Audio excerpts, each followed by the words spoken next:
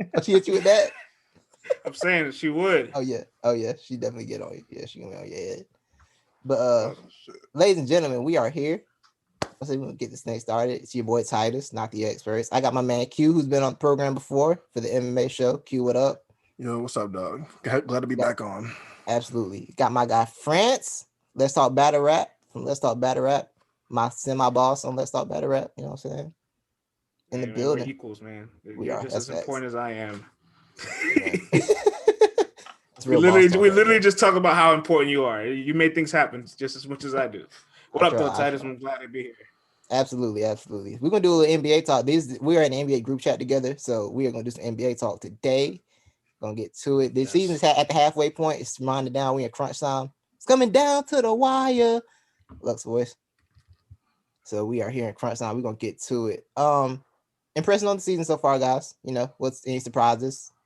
Things that have been interesting to you stood out. All right. So far, like as like a whole, as a team, or just individual little stats are just like what? I can't believe that because I Whichever got a one to go few. into. Talk to me. All right, I got a stat here that I was actually mind blown.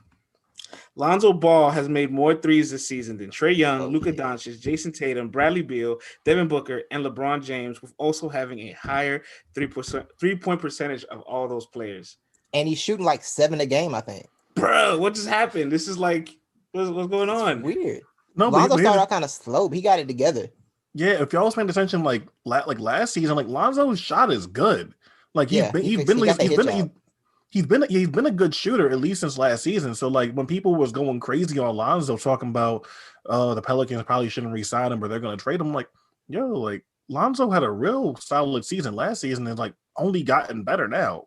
They should Yeah. absolutely do everything they can to keep Lonzo Ball. I think his defense took a Yeah, little dip, and that's what his yeah, I calling card agree. was early. Mhm. But I think Lonzo has value, man. I like Lonzo. I'm just thinking about like Lonzo in the bubble in the start of the season. Like it Oh was yeah, just so Bubba like Lonzo's. Whew. Bubble Lonzo was like it was bad. Like he was responding to like tweets from like Bleachers Report, like, "Oh, it's the last couple games, this and that." Like, he was upset, and he was like, "Keep Yeah, that same energy when the percentages change." Yeah. And now right. the energy isn't kept the same. You know what I'm saying? Things It's have because swung back in his favor. it's Lamelo's fault, man. Lamelo came in cooking. Lamelo came in looking flashy, and it's like, oh Yo, nah, he's better already. that's perfect for what I want to say. Like like on some individual stuff. Yeah, Look, I don't want to sound blasphemous because like I think that this person like has proven themselves to be like a top 10 player in the league in their short time in there already. oh, But all the hype that people had for Luka Doncic in his first season, ooh, people need to have that same energy for LaMelo Ball. oh, They let's need get it. Oh, This is a they need good to have start. all that same energy for LaMelo Ball. If we're talking about someone that came in as a rookie, averaging 26 and 5 on a team that was terrible last year and is now in the playoff picture, the same energy that we have for Luka Doncic, we need to keep that same stuff for LaMelo Ball because he has been incredible. He's kind of talking. He's talking. yeah, yeah, he kind of, you know, he actually definitely has been. You got Gordon Hayward on the team, so like he's not the best player. Like Luka came in and was like, oh snap, this is about to be our best player already. You know, and he had the Right, whole, right. you know, he Right, had his that's fair. whole like chip Yeah, on his shoulder of like, oh, he won MVP, he won already in the Euro League, he's the second best league in the world. So like he already came with a real big like hype of like, oh, can he translate, as opposed to LaMelo came in with like the hype of like, oh, I love this kid. You know what I'm saying? Like right, everybody kind right. of just like we didn't know what it was gonna be. Like all three of the brothers were in the league at the same time. Then his middle brother gets cut like a day later. Alonzo's like looking a little bad at the beginning of the season. We're like, are all three of these guys gonna be bad? Like we were just, you know, like overreacting and Yeah, everything. But I, I'm happy with what ever since he moved to becoming the starter. Oh my god, the Hornets have benefited so much. I love watching Charlotte games. The announcer is just Charlotte is a fun ass team, man. yes. Like right. LaMelo, Hayward, Rozier's playing great. I really like PJ Washington, Devontae Graham when he's there. That's a really fun team. Yeah, it's Facts. weird. Like Jordan they kind of fixed it after that Kimba thing went down. Like they got a decent squad now. Because the way Yo, they did Kimba is annoying to me. Like you paid that, Terry Rozier, dog. but I can't accept this. here's the crazy thing is like look at Kemba now. Like look at Kemba right the second in Boston, and Kemba can turn it around. But like, yeah, they kind of hold Kemba, but They were right. They were secretly right. you can argue that they won that trade if you really want to analyze it with how Kemba looks right now. Yeah, And I hate saying that because I'm a Celtics fan and I want to see him turn it right. around. But like I think I'd rather have Terry. It's a lot of like how it looks now, but at the moment we would never say that. You know, At the moment I was annoyed because they were like, we're not gonna pay you this much. It's like, yo, Kimba's been the only. Kimba wants to stay with your little sorry franchise. He's been the face of it for years. Like not paying him is still such like so disrespectful. But from a basketball sense, it seems that worked out pretty well. Because they wouldn't have been in a position to get LaMelo because they would have won too many games with Kimba. It's just so crazy now, like, watching like Charlotte at like the end of the game, like crunch time. It's like, oh, just give it to Terry. What? For real? I mean, in game one, his buzzer beaters, anyways. Yes. With confidence, like you almost believe, like, oh, it's going in. Look, right. Everyone was clowning Terry when he went on there, doing the interview and like his Boston exit. But if you watch Terry, that whole Boston team, none of like there's just too many shooters on there. It's Jalen, it's Jalen, it's Jason, it's Kyrie, it's Gordon Hayward, it's Marcus Morris. Like there's too many shooters on there. Like let Terry go out there and be one of the core 2 or 3 scorers on the team. Like come on, he money, man. Yeah, Devontae regressing a little bit this season also has a bit to do with like Terry just having like a bit more rhythm as well. So because that was a debate last year on like who should start, who should be starting between those two. Devontae was going crazy. Yeah, can we talk about how like Zion is becoming unstoppable offensively and it's kind of scary? Yo, I am so mad at all the media coverage because Zion is averaging 25 points per game on historic paint dominance. Yes, like 66%. And like no one cares. Like Zion is like Zion went from having like a great, like how many games did he play as a rookie? Like 20 something, 29 maybe as a rookie. And he was great in those games, right in that sample size we got. And then in full season, what we got from Zion is like legit historic jump from rookie to sophomore year. It's insane. And no one cares. It's been really weird to see. And it's weird because he's like a dominant player, but he's not flashy. Like he's not doing all the dunks and stuff, but he's still just as effective as he was. Like he's still what people thought he would be. He's just not dunking on everybody. Like I feel like that's part of it. Like he's not the human highlight reel that people might have expected, and like that probably has something to do with the media coverage. And that's also good because it's gonna like his longevity is gonna be better now. Like he doesn't have to go up and dunk at everybody. He's gonna have a long career. It'll save him a little bit. When I watched him last year, like one of those primetime games versus the Bucks, and like he's running into Brook Lopez and Giannis, and like you're kind of seeing Zion struggle. He's facing Brook Lopez and Giannis this year. He's blowing by Giannis and going up on them like no problem. Like he bullied Rudy Gobert. Like oh my god, that was bullied Rudy. A lot of people bully Rudy, but we don't gotta talk about that. I mean, Rudy bullied Giannis. He did. Like what was that play? It was a play. I think was it the Knicks or somebody where he just got the ball and Randall was like trying to stop. Like, nah, I got this. I'm gonna get this basket real quick. Get out my face. Like he just didn't care. Yeah. Like he didn't feel it. No, Zion deserves way more praise, and it's probably a combination of reasons, but Zion's been really good. Yeah, I feel like the team's like quote unquote underachieved a little bit. Yeah. But that team's still, I think the thing with them is they're going to figure out, make some decisions. It's kind of a weird fit they got going on over there. So they got to figure out which direction they want to go. Looking at like some of the raw numbers for like Zion, right? If you just like do last season and this season, he like you said, he had 19 games last season. As of right now, only 20. So like the sample size is almost it's kind of comparable, only because they have that break and then they play in the bubble, so it's a little off to compare. But as far as 19 games from last season total, 20 games this season total, his numbers are almost the exact same. So it makes you wonder if he didn't start the season injured last year, he could have easily been Rookie of the Year and been an All-Star at this pace. Oh, totally. That's right. I love Ja, but there's a reason why Zion is Zion, man. You know what I mean? And I just want his coach to realize that Zion is the best player on the floor. You know what I'm saying? We got love for Ingram, Ball, Hart, everybody else contributes very well. Sometimes Steven Adams just it doesn't make sense to me sometimes when he's on the floor. But just give it to Zion. Just give the ball to Zion. Yeah, that's the thing. Coming down the stretch of games, the ball should be in Zion's hand every time. It's basically a walking bucket. If he gets go ahead. I was gonna say it's like even at the time, I felt like Stan Van Gundy as the coach there just made it just didn't make sense as a good fit. I agree. Like, I said to that. me, I said it on the show myself. Like, to me, like what just you should be doing is like you should be maximizing the talent there. Like, if you have Zion, Ingram, Lonzo, Josh Hart, Jackson Hayes, like, and that's like some of the core people you can build around now. Like Eric Bledsoe, like that is a Mike D'Antoni team. That is like some pure Mike D'Antoni. We're gonna push the pace, spread the floor out, drive in, kick, look for lobs. Like, that's like some straight Mike D'Antoni stuff. So I get it. The idea is that the Pelicans have had one of the worst defenses in the league like for some time now. So you're hiring a defensive minded coach, but what you also have to build around the pieces that you have. Right. And Stan Van Gundy like isn't good for the pieces that they have. Yeah, I felt like that when they hired him. I don't get this as a coaching hire.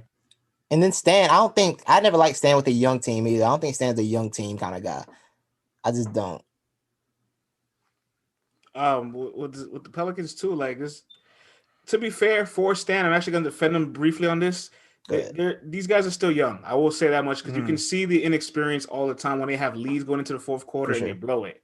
That right there is just complete inexperience. Some of the other guys have been a little bit longer, like Lonzo, Ingram, but they still have a whole. They haven't seen winning basketball. You know they play basketball with LeBron.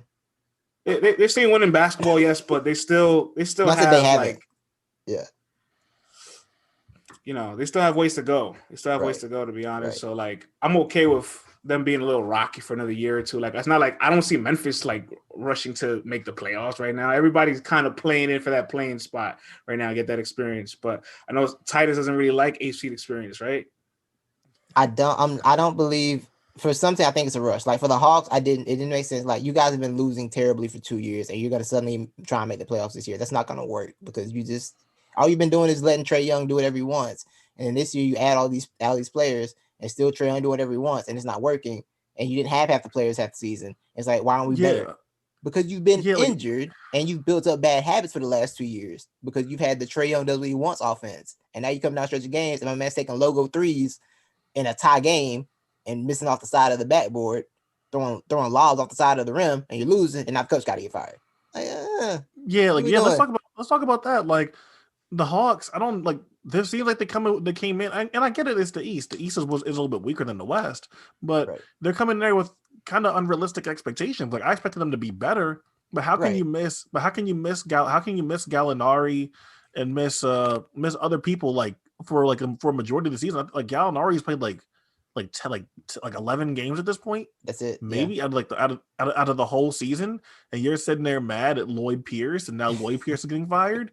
That's kind of just crazy. It's crazy, and they said he lost the locker room, which I can't believe. I don't think Trae liked him that much. Honestly, Trae wasn't a big fan of him. But also, man, I'm sorry, you young players. Some of y'all's got to shut up. I'm sorry. It's been 2 years, bro. You getting coach fired in 2 years when you have accomplished nothing. Honestly, like, that bothers me a little bit. Like, why are you have such an opinion on the coach right now? Like, I don't understand why your opinion's still out. And they still got a decision to make because between the coaching decision they have to make in the offseason and the John Collins situation, because I still don't know if they want to match John Collins out, even though he's kind of been balling out this year. And I think him and Trae have good chemistry, but I don't know if you want to give John a max. I just don't know if you can do that. I don't know if they're close enough for that. They got a lot of decisions to make. They're going to decide where they go the next 5 years. It's a lot going on this offseason. It's going to determine their fate. Yo, what do y'all think about the East regressing? Like, the East, I felt like was pretty like neck and neck in terms of like the first the 5 best teams in each conference. I felt like we're pretty close to each other, honestly, last season. And when you do that now, like, the regression that we've seen in Miami, granted they've been injured, but regression from Boston, regression from Indiana, like Indiana not even in the playoff picture right now. That's shocking. The Indiana was surprising to me. That's the surprising one because I figured I just put Indiana in the playoffs every year. Like, they'll be like a 4 through 7 seed or something. They'll be in there. Mm-hmm. Yeah, and then like even Toronto here hanging on for an 8 seed, and they have their stuff going on there. They lost Serge and Marc Gasol, but to see the regression in the East, I felt like has been like a pretty interesting story compared to like everyone in the West like getting better. It's really weird because the top 3 in the East, I trust a lot. But Like do I you trust Philly, trust I Milwaukee trust the that much? Nets. I do, man. I think Milwaukee's actually trying to do some different things this year, which is why the record isn't like they're not focusing. I was about to dominate the regular season. They're just trying to like figure some stuff out this year, and I think it's going to help them in the playoffs a little bit more because like we have some different ideas. We're not going to run these same schemes, although it is Budenholzer, so they probably will run the same things. But I don't know. People, when everybody get fired, they suddenly figure out how to coach. Except for Scott Brooks, he's just never figured it out. But he's also never going to get fired. But I that's the think only the Bucks are trying that's some one of the things. shocking ones. It's one of the shocking ones because at least with like you think of the East, you're just like Beal and Westbrook. That alone, that'll get me where I need to get right. And at least in the East, one would think. You would think so. But Russ has been like historically bad this season. So like he got help. My man, that's like relax on Russ. My man got healthy and he's starting to cook. Okay. I like Russ. I feel like people go too hard on him. But you be ready to throw Russ in the trash, bro, and it annoys me. Russ was just second team on the NBA last. Come on, he shouldn't have been. Yeah, like even I can say like I don't think that should have been the thing, to be honest with you. Even as a Russell Westbrook. Russell Westbrook is not a top 10 player in the NBA. second team was a lot. I say it's as a Russell Westbrook apologist. But I was a lot. But yeah, like I don't know. But I still think they're good together. They've been, they started winning. They figured out how to win basketball games. That was nice of them. I want to believe in the Celtics, but time is ticking on them. Tatum, I think Tatum still suffering from some COVID effects a little bit. I think he's spoken to that. Yeah, he said that directly, that COVID has like affected his breathing and stuff. It's like he's getting better, but that's scary. Like that's scary shit to think about, that when these athletes are going out here, these young athletes, like Tatum's like 22, 23 years old, and like who knows how long these like COVID effects might have on a professional athlete, right? Someone that's in the tip top shape in like the world. Right. Is gonna last him. Like that's scary. Yeah, for sure. I noticed that, and like that's the thing with Boston, is that aspect of it bothers me, and Kemba not being healthy. Because I still like Boston's roster. It's just, are they gonna get it? I still hate the fact they don't have a real big man that I trust, because that's all they really need is just somebody down there and that can just do a little bit. And losing Smart for a couple of weeks as a Boston fan. As a Boston fan, the thing that I've noticed is like the Hayward that we're seeing in Charlotte isn't the Hayward that we were going to see in Boston. It just wasn't possible, being with 3 other scorers and shit. Right. Like, but just the other things that Hayward offered, like being a good ass ball handler, like when Kemba's off the floor, like Jalen and Jason have gotten better at it, but they can't facilitate and run the offense or even move off ball the way that Hayward does. Yeah, and it's like the value for having Hayward is also, you got an adult in the room. Having an adult in the room is very important, because Brown and Tatum are great. They're going to be great. It's like they're still under 25. Like you need that adult voice in the room. Like it's just a grown up on the court. It's like, look, just calm down. Everybody slow down a little bit. Just slows the game down some. Because when Jason Tatum wants to have his Kobe moments, like we can't, like there's no one on the floor to tell him otherwise. Man, the Tatum Kobe moments annoy me so much. No, like, because it's so predictable. Like Tatum will make like one like nice little step back, and then like, all right, bet, watch this, turn around up and under fadeaway. I'm like, whoa, bro, hold on. I ain't asked for this, bro. I ain't asked for this. And then the problem is, one time he tried to go to the rack, bam, send him home. It was like, oh, okay, well, he's never doing that again. You would never try that again. He'll have moments where, like, I think the first game of the season right against Milwaukee, like he hit that one. Yeah, he'll bank in that 3, and it's like, what? It's like, yes, this is Tatum, What killed me was, bro, before that shot, I texted Levi. I said, okay, Tatum. I said, Tatum step back 3 is coming. Just give it a second, and then he did it. I was like, oh, he made it this time. All right, okay, understood. It's like the worst. It's like the worst shot, bro. I hate the step back so much, but then it goes in. I can't talk about it. His isn't even a step back. His is the side. It's like a side step. He definitely slides. Yeah. I kind of like his more, because like that shit, like that little side step is weird. Like, it's kind of funny. It's kind of funny. It's kind of like, that's kind of what Paul Pierce said. I said he had this spot in the mid range where he would hit the game winner with his little step back move, and I just he just passed it on to Tatum. Y'all realize that Paul George is shooting 48% from 3? Does it matter though? I'm Does just it matter? saying. It should, Listen, but it's not going to the listen. playoffs. I love Paul Listen. George. I think Paul George's shoes are underrated. First, I love his shoes. I think they're underrated. I need some of the PlayStations, but I ain't paying $700 for them, whatever they charge on the secondary market. But I need it done in the playoffs, though. I need it in the playoffs. Sorry, I can't with Paul anymore. Listen, Paul George has his history. The OKC versus Portland series ain't a good look for him. But I will say, in his defense, that the bubble stuff is a very legitimate concern. Like, if this man's talking about, hey, I was depressed, I wasn't in the right mental space, like being in the bubble was a big adjustment, was a difficult adjustment for me. Yeah, for sure. I give him that. And I feel like people, like, I get it, like losing the 3-1 lead to the Nuggets when this was to be like the big battle for LA in the conference finals, it's funny. It's crazy that that the Nuggets came down from like down 30 plus points to come back and beat them in the game. It's the side of the backboard shot. That's the thing, though. It's like funny. It's funny. It's been the Utah series when he was first with OKC, where he damn near got emasculated by Joe Ingles. Yeah. Let's not forget that. That was Joe Ingles literally psychologically owned him. Like, you can watch him running around in games, and this is like, yo, why does this guy have so much of a psychological hold on you? Then the Dame game, obviously Dame hitting that shot, and then the clip. It's just 3 seasons in a row where it's it's just Paul George that says the wrong thing too much. That's the problem. He makes excuses constantly. Like, that's the thing. The constant excuses, like the blaming, like even the down to the blaming Doc for stuff. Like, it's just in bad taste. But that was so weird, bro.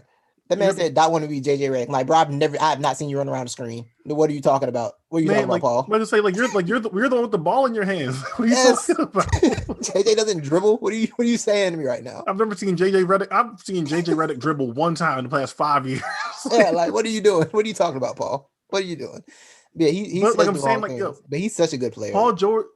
Paul George is shooting 48% from 3, and it's like, I feel like as we're talking about like this Nets versus Lakers and like Harden and Kyrie and Durant facing the LA duo, or even or even Philly, like, you know, taking their ascension and, like, you know, taking over the East. Like, yo, man, we're still talking about the Clippers that have Kawhi Leonard and Paul George. Like, we're still talking about a team that has someone like Marcus Morris. It's like just as good as a third option as you can like find anywhere. That's not Brooklyn. Like I understand it. The Clippers kind of like lost all that momentum and coolness that they had coming into last season. But I think everybody's going to be in for a rude awakening if they're going to write off the Clippers just because of what happened last season. No, I kind of agree with that. I think them flying the radar has got me a little more thinking about them a little more scary, but I just need to see them. I need to see it happen, but also, like, if it happens, I'm not going to be surprised by it, because them not being at the forefront of things is kind of scary. And like you said, you think about it's Kawhi in the playoffs, though. I still have questions about whether Kawhi can do it long term, because that knee gets to him every year. You see him like towards the end of the series, he starts to limp a little bit. He doesn't move as smooth as he was. And I think that's the thing that worries me about them. Like, is that gonna get to him again? Like, because that isn't healable. It was degenerative. I think it's not gonna heal. Exactly, but like now, like you said, like they don't have expectations now. Right. This is where people messed up. Like, in terms of, like, you know, the hype for the Lakers and like how amazing that LeBron James and Anthony Davis duo is, and like getting excited for all this other stuff that's going on. We're talking about a team that has Kawhi Leonard on it. Like, a team that has Kawhi Leonard on it automatically is always like a threat for something.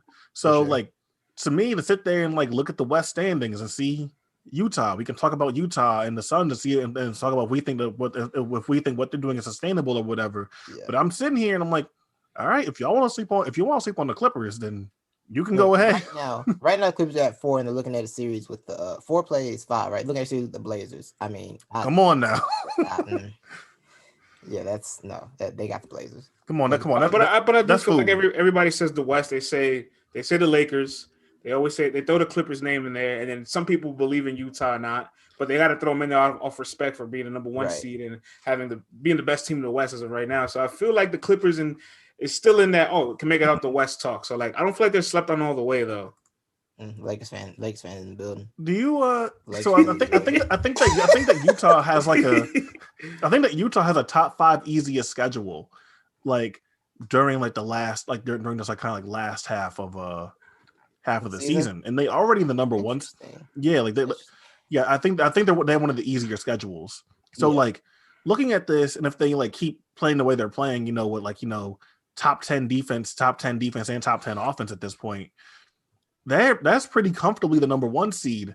And I don't know, like I know at least one person on this call ain't the most respectful of Donovan Mitchell, but let's like if the do y'all how y'all feel about Utah?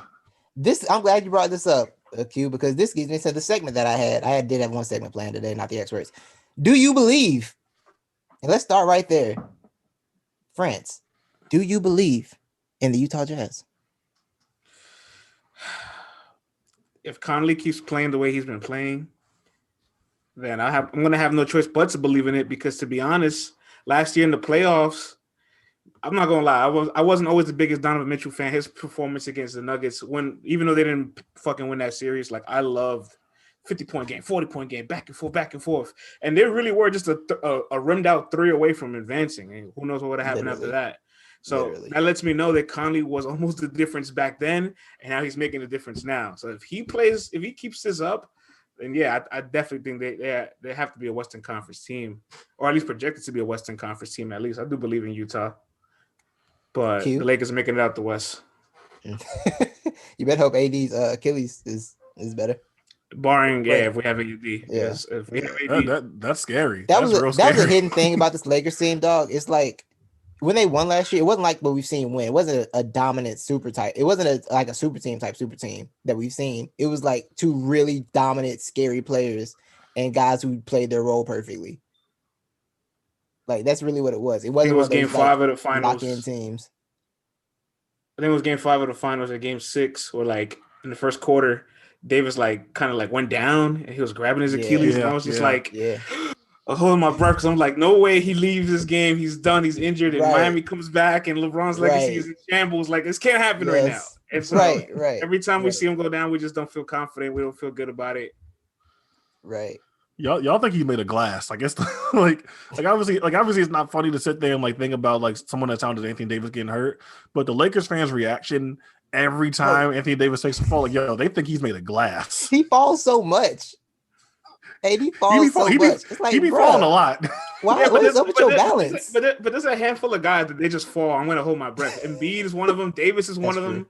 You know what I'm saying? So they're in that like you gasp every time they fall. That's category. KD in that category too now. KD falls. I'm scared. Why are you get up? Stop. Nah, man. Nah. KD is an alien that is sent from like some different universe, because this man had a torn Achilles and came back like this was like 2015.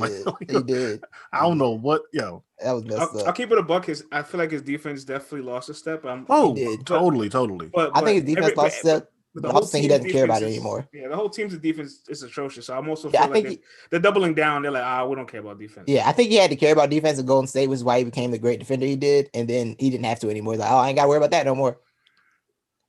Speaking of that, all right, like we know what the Nets are. We've seen them. We haven't seen them all 3 together. As much as we would have liked to by this point. Mm-hmm. But going forward, we have the Kevin Durant, James Harden, Kyrie Irving, like all 3, in my opinion, and the Blake Griffin. Blake Griffin. Blake. I think Blake will be serviceable. And then you have someone like a Joe Harris, we have 3, in my opinion, all-time level scorers. And the unsung hero, Bruce Brown. Yeah, Bruce Brown. Shout out to the mismatch for putting me on to Bruce Brown, because the mismatch is like they be on everything. He's nice. Yeah, I'd be like, who's Bruce Brown? Then I go watch. Oh, okay, I see what they talk about. Shout out to the mismatch. Kevin O'Connor and Chris Harden. Can 3 all-time great scorers be enough to overcome having no defense? 2 of them can. James Harden can. I was about to say, I feel that way. I feel they kind of can, to be honest with you. Not with James Harden. We trust in playoffs James Harden because he moved to the East now. That's what we're doing. James Harden don't gotta be. He don't gotta be the. Yeah, I trust playoff James Harden if he knows he's not the primary option. Mm-hmm. I trust it, believe it or not. I really do. We got Kevin Durant and Kyrie Irving there. James Harden don't got to do that. That's the other thing. Is Kyrie gonna make it through the playoffs? Because y'all know Kyrie. Kyrie seems like he's on a mission. He's good. He's good right now. He's good. Kyrie's on a mission.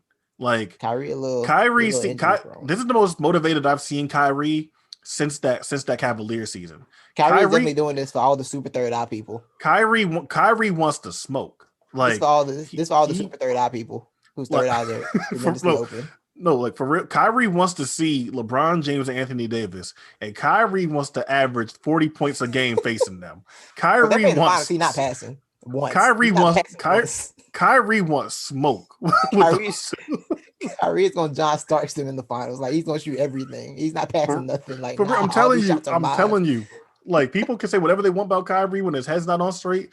I'm telling you right now, Kyrie's my favorite players to watch. Like straight up. Oh hell yeah! As much as I like to talk about him, he's one of my favorite players to watch play basketball. Kyrie Irving wants smoke with the Lakers, and if I'm a Lakers fan, if I'm France, like I'd rather see Philly because I know with Kyrie, he's coming to average 40. Yeah, I mean Philly's the match I would prefer, but I'm not gonna lie, man. I want that smoke too. I want that Durant, LeBron smoke. Hey. You know what I'm saying? They meet 3 different times, 3 different teams in the finals. That's so crazy, bro. Yeah, that is crazy. You know, Kyrie gonna pull up in that finals playing back in blood by Pooh Shiesty and Dirk. Let's be honest, song he plays. The whole song. But I'm penciling it in. I'm going on wax. I do have the Nets going to the finals. So. Okay. I feel like the first year of every big 3 that comes together makes it to the finals. No, always Celtics, 11 Heats. They don't win. I mean, they don't always win, right? But they make it there, right? That's actually that's actually a good point. But they got Embiid to worry about. Who's stopping Embiid? Huh? I really genuinely feel like Embiid could average 40 in that series and they can still lose. Honestly, like it's really possible. Y'all not gonna disrespect my 76ers like this. Yo, look, I can't do this. Y'all, the best defender in basketball is in Philly. One of them threes getting shut down. Been locking somebody up. Okay. Who's stopping Kyrie? Ben will stop all of them. Whichever one he needs to stop that night, he's shutting them down. At the same time, what they want to do. At the same time, what they want to do. If they say, "Hey, this game we need you to stop Kyrie," bet Kyrie gone. They really might put him on Harden. You put him on Harden, you take away the ball handler. The ball handler back on Kyrie again. Yeah, you can do Thibault on Kyrie, I guess. Yeah, Thibault on Kyrie. That's the thing. Like you can make it difficult. You can make life difficult. That's why it's a really interesting series. If they get a 3-1 lead with Doc Rivers coaching, I'm had to pick the Nets at that point. You know, but like if it's say the nice 2-2, you know what I'm saying? It'll be a good series. That series I really want though. I want the Philly and Nets series. I think it's a good matchup. I want to are we giving up on the Heat, or do we still think if they're healthy, they're a problem? I think I don't know, man. Like, are the Heat the Holmesies of basketball? Don't do that. Don't do that. Holmesy beat Nitty. I don't want to hear this. No, he didn't. He was down 2-0. I watched it about a day. He was down 2. I didn't have to watch third round. I said, okay. He won the first round. I also have Holmesy winning that battle. He won the first round. He didn't. He won for Holmesy first and third, man. Nah, y'all buzzing. Whatever. Yo, it's a little bad. I'm off the Heat train. Because Duncan Robinson, they look, man. They figured that out. Yeah, they did. you got to do something. You got to do something else, white boy. They figured that out. And the thing with Duncan Robinson is like he already there were articles coming out last year when they were making finals about how he had like imposter syndrome and he didn't believe himself that much. I think at one point during the finals, Eric literally yelled at him, "Shoot the blanking ball!" Like Eric yelled at him that, and so he already doesn't believe. So if they're focusing on him now, it's over with. Like he just doesn't have confidence. He didn't have the hero confidence where I can do whatever I want. Hero was too confident. He needs to get that shaken. Hero believed himself too much last year. I love Hero's confidence, but I haven't seen the level up yet from him, and I'm a big Hero fan. But I also feel like he was a 0 and became a big plus. So even where he's at now, it's like, okay, we're good with this, but we still need you to take us to another level so that we can go to another level. And this was my thing last year. People were like, oh, look at the level he took between now and the bubble. I'm like, that's probably a sophomore jump right there. So you can't expect another level up in 2 months. Like it doesn't seem realistic. That's fair. I want to ask you guys, what is it about those? What was it? It was from March till July. Those 4 months. What is it about those 4 months that awful basketball that helps all these guys take that spring and that level up? Like a lot of people in the bubble were playing outrageous. I think the bubble was just like a pure basketball environment for one, and then two, I think it also helped because like they were able to look back, take time off and look back at their game, the mistakes they made. It's like, okay, I can work on this, and that. I can fix it. People won't see it coming. And scouting reports weren't updated either. It's like scouting reports still looking at the player from back then, and it's like, hey, I've added this to my game this time off. Now what? Yeah, and I think especially like Titus is getting at it, but for people that have been like in these situations, like it's like you're playing in front of like tens of thousands of people.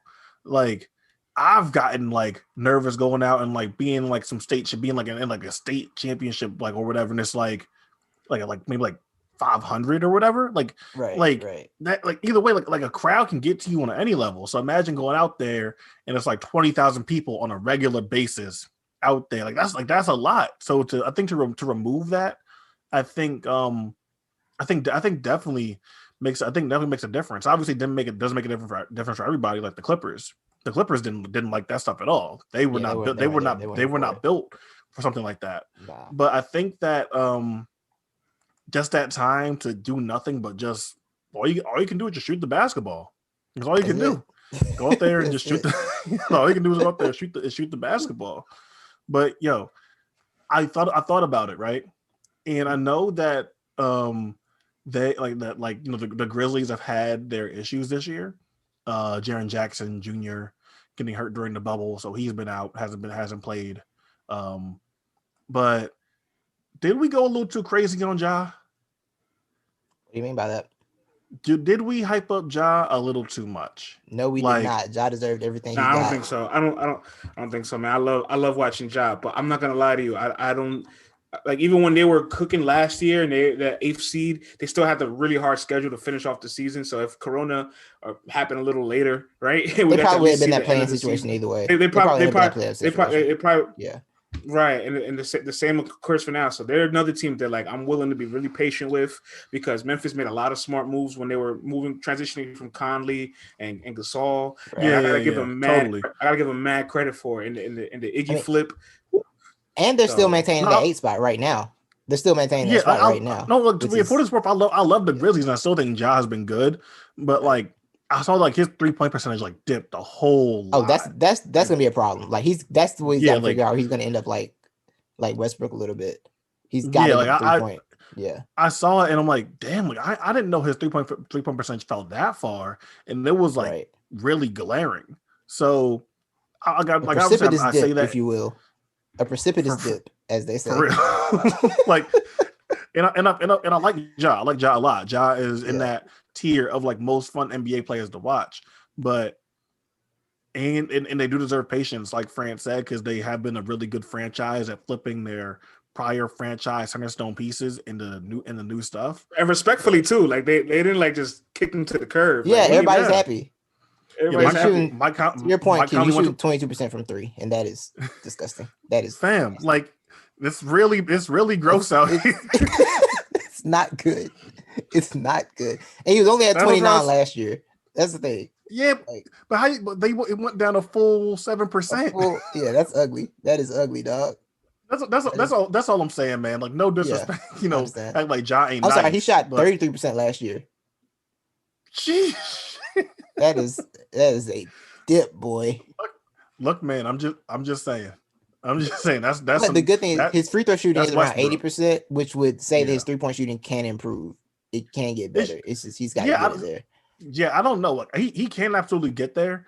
Yeah, but like I said, we're veering off into Westbrook territory now. Yeah. That's gotta. Don't you get a little Westbrook feel when you see Ja like his rookie year when Westbrook is like mentoring him, like, yo, this is how you got to land. This is fix your landing mechanics. You're looking all crazy in the air. I don't want you to get hurt.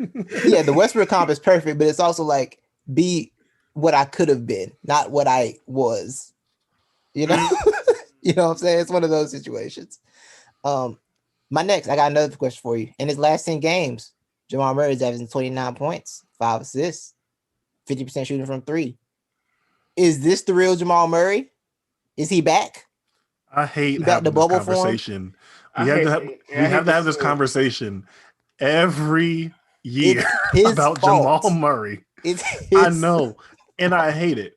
I hate having this conversation every year because people want to ask who the real Jamal Murray is. And I'm sorry, the real Jamal Murray is what he is. Exactly. Like the guy that's going to average 26 points a game and shoot the lights out, for like 10 or 11 games straight and then have another 12 where the dude is averaging like 15. Like that's who he is. Like that's the real Jamal Murray. Strange player, dog. That's he's clearly cold. Like he is cold with it.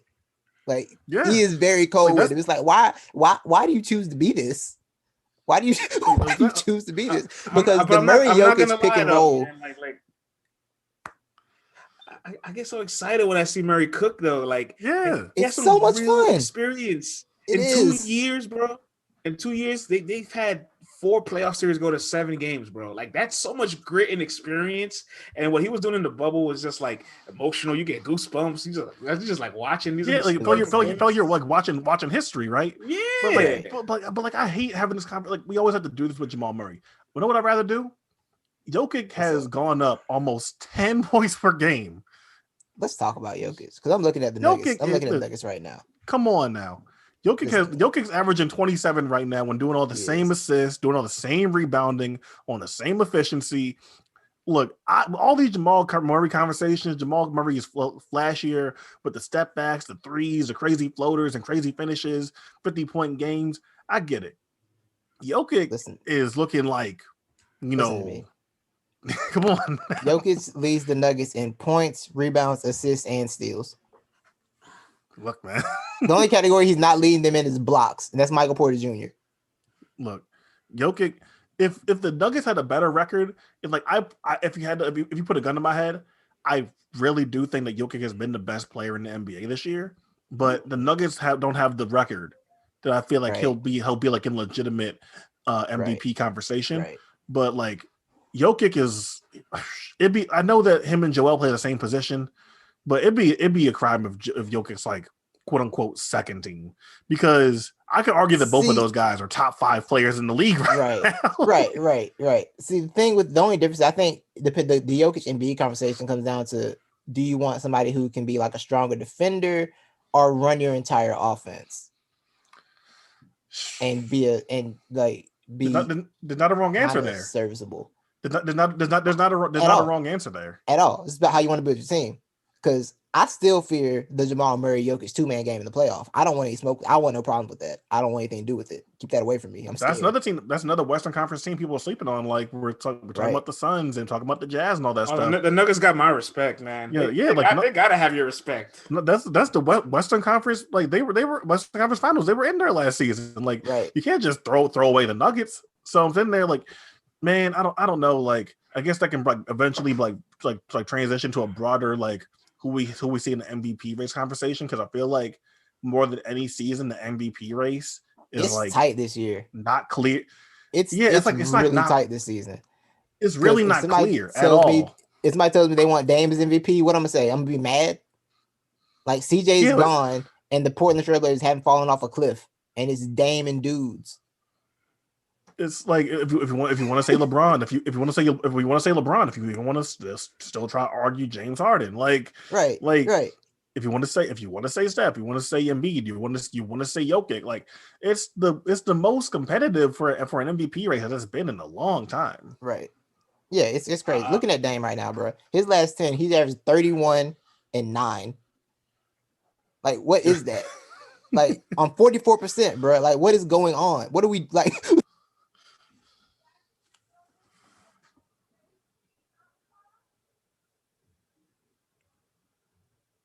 Here. Yeah, I can't find this. My bad, I muted. They lost his 26 point per game scoring mate, and they haven't fallen off a cliff, bro. It's just like, all right, cool. Dame's like, fine, I'll score some more. It's fine. I got it. Don't even CJ went down, and Dame said, all right, it's time. playoff Dame got to show up, I guess. Cool. Time to put the cape back on. Yeah, like, and he did it. So like this, like you said, this gonna be a tight MVP race this year for sure, as it should be. It's a lot of great. It's not an obvious choice at all. But somehow, if LeBron doesn't win it, he will find a way to be salty about it. He's always salty about it. That man is the GOAT of being salty about MVPs.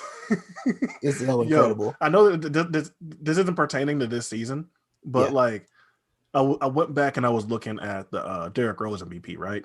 And everyone points to like, LeBron should have won it, or Dwight Howard could have won it, and all that stuff, right? So I went back and like looked at Derrick Rose, and while Derrick Rose, like, admittedly, like that season isn't super efficient by like metrics we would look at it. I think his numbers were similar to Russell Westbrook's season that same year. Yeah. I think they were pretty close. Yeah. So here's what's funny about that: the Bulls missed Joakim Noah and Carlos Boozer for like pretty good chunks of that season, and they still won 62 games. Like, hey, you know what? That's a point I haven't heard, and I like it. That's fair. Like I was sitting there, like because I was in the same camp, like like Derrick Rose should have got that MVP. Right, like, right. It was they were mad at LeBron award. Yeah, so I actually went back and looked at him, like, yo, like they won 62 games. I'm like, Joakim Noah played like 48 games, maybe. Yeah, like, that's crazy. Yeah, I'm like, I think he has the right amount of MVPs, but I think there's something to at least admire, which kind of gets lost in being angry at him should having more MVPs. That the fact that there's so many other years he's in the mix or he's second place. There's value in that. There's mad value in that. Like you were second place in 2011 and second place in 2020. What the fuck? That's crazy. That's crazy. And in between that, you won 4. Like and you were second place 2018 too. You know, like you know how weird it was last year watching dudes who were drafted. Even in general, watching dudes who were drafted with or after LeBron, like bouncing around teams, and LeBron's still the face of a franchise. It's like, what is this, bro? Wade retired, Melo's bouncing around, Bosh is retired, Blake Griffin is a buyout candidate. They bought out Blake Griffin, who was drafted like 7 years after you. Dwight Howard was drafted like 4 years after you, and Dwight had to win and join you to win a championship. Like, what is going on? What is happening? It doesn't make sense. It just doesn't. He's still out here dominating. There was one more. I got another thing. The Dallas Mavericks are 8-2 in the last 10. Do we believe the Mavericks will improve from their 8th spot to jump back up? The Dallas Mavericks. Oh, okay, just making sure we're talking about my team. All right. Oh my god! Look, man, I understand.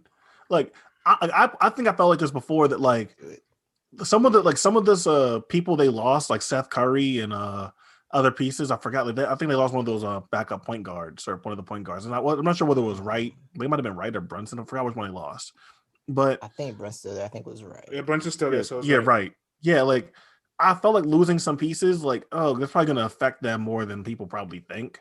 And like even with KP, I feel like they still look shaky. And then without him, you know, it looks even shakier. Not having other more reliable KP options. And like Luka do not have chemistry, and it's very weird. KP and Luka is not working. It's strange. It is. I don't know, man. I remember seeing KP having to beg for the ball one time, and then all he did was turn it over, and I was like, "You ain't getting the ball again. It's it for you, buddy." I remember that play. That's when Luka kind of like just like bounced past it to him, like out of anger, and then he turned it over. Luka was like, "All right, next time I'm running the offense." Yeah, they definitely had public disputes like silently, and it's just like, wait, what's happening here? But with the Clippers series, right? Like there was one game like where like game 1, KP was killing. They gets ejected. Like what? Like what? Yeah. This guy's sweetheart. Why is he getting ejected? Then the game where Luka left afterwards, right? Like he kind of like hurt his ankle, left early. KP was putting up numbers, and then game 2, Luka was out. KP looked good. So it's just like we just cannot trust his health. That's all it is. But when he looks good, man, like he really looks good, but his defense regressed too much. Yeah. It did. I think he's still a decent rim protector, but all that like versatility and athleticism that Porzingis had, being a lanky 7'2" guy, like it's like like that's a lot of that's like definitely dissipated with the injuries, right? And then like the rest of the supporting cast, like Tim Hardaway is like serviceable as a scorer, you know, being a third option, but like having to rely on Tim Hardaway and then Finney Smith, like, and Josh Richardson, Josh Richardson, like, you know, like if that man ain't a product of Heat culture, Lord have mercy, because Josh hasn't been good since he left the Heat. Philly thought they had some, it didn't work. Dallas thought they had some, hasn't worked there. To be fair, like the Philly thing was like all like a little messy, so you were willing to say, I can gamble on Josh exactly. Richardson. It's like, I'll give him another shot, but now it's like, oh, okay, this is just what you are. Got it, understood. Well, the one thing I don't like about Dallas's offense is like every time I'm looking, I just feel like they're just chucking threes. It's just like Luka like playing making and a three being chucked, and they're not that kind of. They don't have the guys for that. You're not the team for that. That's not what you can do. It's not what you can do best at all. At one point in the season, they shot the most threes with the lowest percentage of them making them. I'm just like, wait, hold on. Right? It's supposed to be the way around. You're playing against yourself. Like you beat yourself, right? Yeah. Whoa. Yeah. Hey, well, you good? Sitting there sending a text. Don't know what I just heard. All right. Everything. All right, bro. Do we? What happened? Hey, You know what hey, happened. bro. You know what happened, bro. I don't know what happened. I don't know. Hey, look, man. All right. Stephen Curry. Steph Curry is shutting everybody up, and it makes me happy. The fact that Steph Curry even had to shut people up this year was annoying to me. Like, Because people I saw some tweet that somebody said like, did the Warriors spoil Steph Curry by having him around such elite talent? And it's like, nigga, what? Huh? That was the point. What does that mean? By having a good team, is that what you're not supposed to be doing? What is going on? Are you not supposed to build? No are you not supposed to build a team? It makes no sense, man. And me and Fred talk about this all the time. Like when the Warriors win 73 games, they had literally one playmaker. Klay Thompson could not get his one shot creator, and it was Steph Curry doing both. Klay could not. I mean, he had playmakers. Draymond was a playmaker too, but they had one person who could get their own shot, and it was Steph Curry. Yeah. And the thing about them getting Kevin Durant, it's like, now they have two people who can get their own shot as opposed to the one they had. We needed an upgrade in this position. We just went and got the best upgrade possible. What you mad at them for? And not even just that, right? It's like, I hate this idea that like Steph came in and everything was just cool. Right. Like that's not what happened. Steph came in and there was still like the Monte Ellis show. Right. And if you even go back and listen to podcasts or find articles from the time, they were trying to trade Stephen Curry. Yeah. Only reason the Bucks wound up taking Monte Ellis in that Bogut trade. They didn't trust Steph's ankles. And because of Steph's injuries. That's literally the only reason why Stephen Curry is even in Golden State right now. Right. It's crazy to think about. Yeah, so I feel like everyone because they were only paying attention to Steph when the Warriors got good. So that's all they know. They only know, oh my God, the Warriors. People won't shut up about the Warriors. The Warriors, Kevin Durant's stupid move. That's all they know. They don't know 2009 to 2014 that Steph Curry was putting in work before that. He was. Even look at the playoff series before the year before. I think it was them versus the Spurs. Yeah, oh my God, that's a 2013 series. Oh my God, they went going crazy against the Spurs. Crazy. Yeah. So I'm sitting there I think that that's what bothers me the most about watching all the Steph stuff. It's like, y'all just act like the first half of this man's career just didn't exist. Y'all act like he's Jason Tatum and he's been in 2 Eastern Conference Finals in his first 3 years in the league. That's not what we're talking about.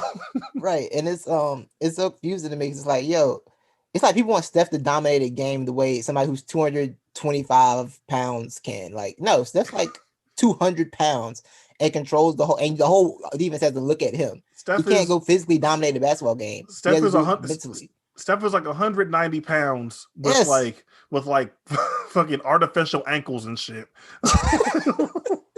They want him to go physically dominate. That's not what he does. This man falls going to the rim every time. What is he supposed to I think that Steph Curry he reached a height that so few players have ever reached in terms of popularity and recognition. We're talking about the Magic Johnson, Larry Bird, Michael Jordan kind of pantheon of damn, when you think basketball, you think of Stephen Curry. He reached that pantheon even more so than LeBron did, kind of. So the fact that this person infiltrated that, and he also happens to be 180 pound super skinny point guard, is people just have they don't temper expectations. But it's okay, cool. Guess what? Steph Curry, the only unanimous MVP in NBA history. All right, bet. Watch me go out there and I'm gonna go drop 62 on Dame because y'all keep fucking playing with me. He shows out against Dame every single time.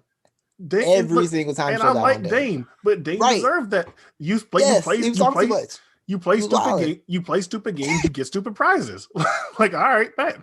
Steph is the most unselfish, could have won 2 more MVPs if he wanted to win 2 more MVPs. He sacrificed he sacrificed it all to win championships for an ungrateful person at that, by the way. Who's ungrateful for it. Ungrateful. Didn't appreciate the sacrifice Curry made. Curry made a wild sacrifice, and Durant's over there unhappy. Everybody took L's for Durant. Everybody. so crazy to me. Yeah, bro. The Warriors went 0-2, and people are like, oh, Steph's overrated. Okay, all right. Because people want him to be terrible so bad. Like and I wonder if part of it, to your point, Q, is about how he ascended to that height. He's not somebody we saw coming, right? Like Magic Johnson, people saw him coming from college. Michael Jordan, people saw it coming. LeBron, people saw it coming. Yo, I just said this. I was talking about to someone that, like, you know, hated the Warriors during their run, right? And like he's someone that works in sports broadcasting, like does work for the MLS and shit. Like, so we were talking about the Warriors, and I'm trying to say, like, yo, like Steph is the only person that, like, when you look at the pantheon of the all-time legendary figures, like if we're talking like the Kareem Abdul-Jabbars, the Wilt Chamberlains, the like Larry Birds and Magic Johnsons, Hakeem's, Michael Jordan's, LeBron's, like that kind of pantheon, they was like, oh yeah, that person's gonna come and lead the NBA to new heights. That was like destined. Right. Stephen Curry is the only person that's like infiltrated that. And I guess you can like kind of argue Kobe, but like niggas knew Kobe was nice, but like they were kind of like scared off because Kobe was so young and he was like, you know, a wing player coming out of high school. But everyone knew that Kobe was going to be nice. No one knew what Steph was going to be. No one ever expected this. So to me, it almost feels like they're kind of like trying to like kick him out of it. Because like exactly. It's like not have him there. Like to sit there and like have this conversation like, oh yeah, Michael Jordan, LeBron James, Larry Bird, Kareem Abdul-Jabbar, Steph Curry. Nah, get him out of here. Right. Get him out. That's a good point. I think that's part of why him and LeBron had so much tension. Is LeBron like, yo, where'd you come from? Why are you trying to take? Why are they saying you're better than me? Who are you? What is going on right now? You are 6'2" and 190 pounds. you sit down. What are you doing? How are you up here with me? How dare you? That's nothing. It was good to see LeBron and Steph together in the All-Star game because I was wondering if they were friends, how their relationship was. I was really wondering about that. They be going bowling in the summer. They cool, man. In an alternate reality, somebody from Under Armour. Yeah. in an alternate reality, Steph and LeBron are like the craziest duo that we ever seen. Yeah, in alternate reality, like Steph went home to Cleveland and they won 5 championships together. Like, yeah, like some ridiculous. If you put like LeBron never had a shooter as good as Steph Curry or someone that moved off the ball like Steph. Could you imagine what LeBron's passing and vision and Steph Curry's off ball movement, what that would have looked like? That would have been. I was scared of Klay. It's why I was almost scared that Klay Thompson would go to LA. I'm like, if Klay Thompson goes to LA, it's gonna be dark times for everybody. It's gonna be real dark for all of y'all. LeBron with a shooter, like a real shooter, yes. Bruh. It's over with. Not somebody whose only goal is shooting, but somebody who can shoot like not somebody who's like just a shooter. No, this person is like one of the greatest shooters ever. No, it's over with. I was watching the Thinking Basketball peak video for LeBron's Heat. I gotta watch that. All of them are crazy, but like Miami Heat LeBron is one of the scariest players we've ever seen. It was talking about how like LeBron was even better when Dwayne Wade was off the court because Wade, like, for as good as he is for like, you know, other things, like just for like raw athleticism and like kind of like having the same skill set as LeBron, Wade wasn't a good outside shooter. So like for like a lot of the passes that LeBron could make, like driving in and like, you know, with his crazy vision, like on a fast break and all that stuff, Wade isn't the optimal person to be finishing that stuff because Wade isn't going to take the open three. Like he's gonna probably gonna drive in. And to imagine that and think about, man, what if LeBron had a shooter? It's just like, man, that would have been illegal. It would have been. They'd have moved 3-point line back. They'd be like, yeah, this is unnecessary. We gotta stop this. We gotta expand the court or something. This is unnecessary. This is not right. This is unfair for everybody. Like, nah, man. Like, nah, we gotta veto this. Yeah, they would have broke basketball for sure. They would have broke basketball. You know how like golf courses changed when Tiger Woods came around? That's what they would have did in basketball. Like, nope, something's got to change. Something has to stop. Steph Curry got you with your left hand. Right hand is only 2 points. Right hand is only 2 points. Left hand is 3. That's how this works. But look, man. Any final takes? I want to do this again, so I want to book you guys again for this. This is fun. I enjoyed this. Oh yeah. Whenever you down, man. Bet. So I appreciate you guys. Anybody got any last things they want to say? Any final takes they want to get off? Oh, all right. But I got to protect the PTO. I ain't tripping. Yeah. If you ever put Dirk Nowitzki in the same conversation as Kevin Garnett, I don't take your basketball opinion seriously. Here goes the Celtics fan. No. We're not doing that. don't you put in Dirk in the same conversation as Kevin Garnett, the best two-way player of all time, is pure disrespect. And I do not take you seriously if you even think that's a credible basketball opinion. Let me pull something up right fast. Keep going. I'm pull something up. Who's playoff run that you like? I mean, obviously, I know who you like more, but if somebody were to say, well, Dirk had a better run for his ring than Kevin Garnett, what do you say to that? I would say that Kevin Garnett played for the Timberwolves for like 12 years. I hear you. No, but I'm talking about his 08 championship versus the 2011 championship. Like if that right there, if somebody says head to head, I like Dirk's ring better. I like this. Hell yeah, but hell yeah, but to sit there and isolate it to oh well, your championship run was better. It's like that's all right. That's a fine argument for I guess some super isolated peak stuff. Yeah, but nah, man. Q, don't trip. I got you. Uh-oh. I'm about to name y'all. I'm about to name you something. Oh my god! A roster of Derek Anderson, Shandon Anderson, Earl Barron, Michael Doliak, Gerald Fitch, Udonis Haslam, Jason Capono, Lonzo Mourning, Shaquille O'Neal, the corpse of Gary Payton, James Posey, Wayne Simeon, Dwayne Wade. There's a good player. Antoine Walker, Matt Walsh, Jason Williams, Darrell Wright. Defeated Dirk Nowitzki when he had a 2-0 lead in the finals. Look, KG never do that. Wrap it up. Let's wrap it up right there. That's the end of the discussion. I got you. It's a great show. I got you. That was a lob. That was a lob right there. It was up 2-0, bro. It was up 2-0. Didn't win another game. Then they got the nerve. They had the nerve to give that man the MVP the next year and get bounced in the first round. Oh, that was the next year. Next year, that man gets MVP, first seed, and gets bounced. Oh man, they sent him to the moon. Oh man, that's ugly. Nah, I think you killed the argument. I think it killed the argument. The argument's over. Debate's good. Yeah, it's over. It's done. And if you need context on the Kevin Garnett thing, go watch the secret base videos. They did a few of them on the Minnesota years of Kevin Garnett, and it's man was on the worst organization of all time. Bro, they got caught trying to pay a dude under the table, bro. Dog, what? What are you doing? France, you got any final takes? You need to get out. 90s basketball players. Well, obviously, the 90s heads, our old heads, our uncles, our fathers, our OGs, they're gonna hate this one. But when I just think of pound for pound, their careers, their versatility, their ability, their skills as a player, I like Blake Griffin over Gary Payton. I kind of do. Whoa, over Gary Payton. I'm sorry. Over Sean Kemp. Sorry. Okay. Yeah, Gary Payton.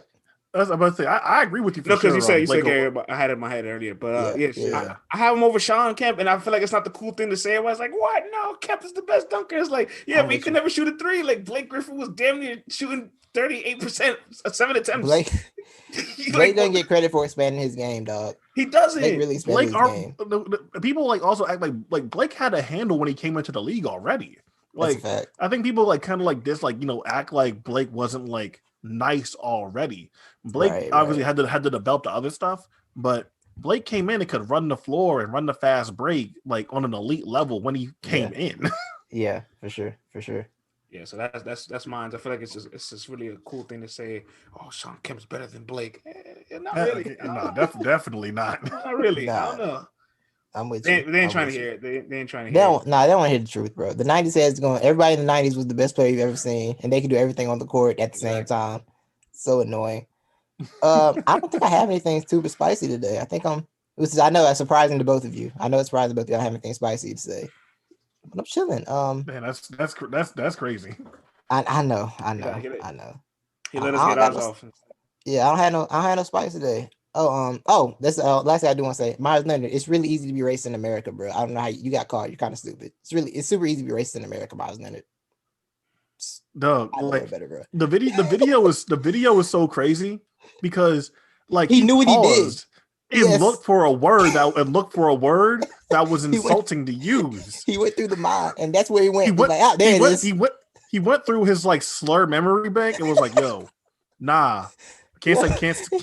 I know there's two words I can't say." My man had a wheel of slurs. He had a wheel of slurs in his head, and he spun it. But here's the thing, though. The way that comes off, that's not the first time, right? So, like, No, he no, went no, looking for that. Like he was like really like like went through the files in his head. Like, yes, what is an yes. offensive thing that I can say because I'm upset over someone killing me in this game? Which is a crazy concept in the first place. And people like think that's okay, but like And my you man- can you saw him take that pause and be like, fucking blank, and I'm like, oh my, what killed me was they're like, oh, he's gonna get more educated on the matter. Like, educated on what? There's nothing to teach him. What? He knew what he said. Simple fix. He knew what he did. Some education. You know what he was doing you know what he did. for sure. But yeah, I think that's gonna wrap it up. Q France, appreciate y'all. I'm gonna try and get this out tomorrow. I'm saying we'll be back. Hopefully we can do this every couple weeks or so. Because I don't want to say every week because I know we be living our lives, but you know what I'm saying, every couple weeks that'd be lit for the season. It's definitely running back before playoffs. For sure. Playoff, Here we go. Where's it gonna be in the playoffs? How about that? The Wizards gonna make playoffs.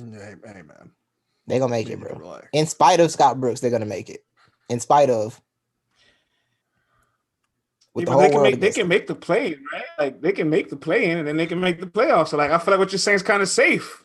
I'm not without the plan. I don't believe in the plan. If you make the plan, I don't trust. I don't believe. So you're saying they can make the 8th seed? They can make the 8th seed. Yes. Wow. They can get there. How about that? The Westbrook Bill parents about to take off the second half of the season. Believe that. But I just want to say that this is the same man that thought that Justin Gaethje could beat Khabib. Bro, so. I woke up with a feeling that day. I was wrong. Me and France lost some money on that too. Me and France definitely lost some money on that. How about France? Me and France also put money on Megan Anderson because the odds were so good. We were real close. What is wrong with y'all? Bro, it was like 700. It was like 700. It was like plus. It was more than plus 700. It was plus 1,000. It was plus 1,000, bro. How much y'all put up on it? We didn't. We always. Yeah, we was gonna put. All right. Yeah, we're gonna go heavy, but yeah. I mean, that's harmless. That's harmless. Yeah, yes. Plus $1,000. I seen them odds. I said, "Oh, wait a minute, hold on." I went to my odds calculator. I was trying to count the numbers up. I'm like, what this mean? Yeah. All right. You know what? They're 3 games out the 8th. Maybe you're not crazy. That's 240 burgers from Bill and Westbrook together. Boom, they right back, right where they need to be. But yeah. Once again, appreciate y'all, man. Everybody have a good one. I think the Nets and Celtics in a close one, so you can go stress about that. Look. Get stressed out. Get stressed. That is Tatum playing tonight? The step back 3 is it step back 3 night? Is it step back game tonight? Yeah, he definitely did a couple of. Oh, I see they're down. I see they're down like 6 up, but I know he shot one of them at least. he took one of them for sure. I'm about to put that game on right now. Oh yeah. All right, y'all. Appreciate it. All right, y'all.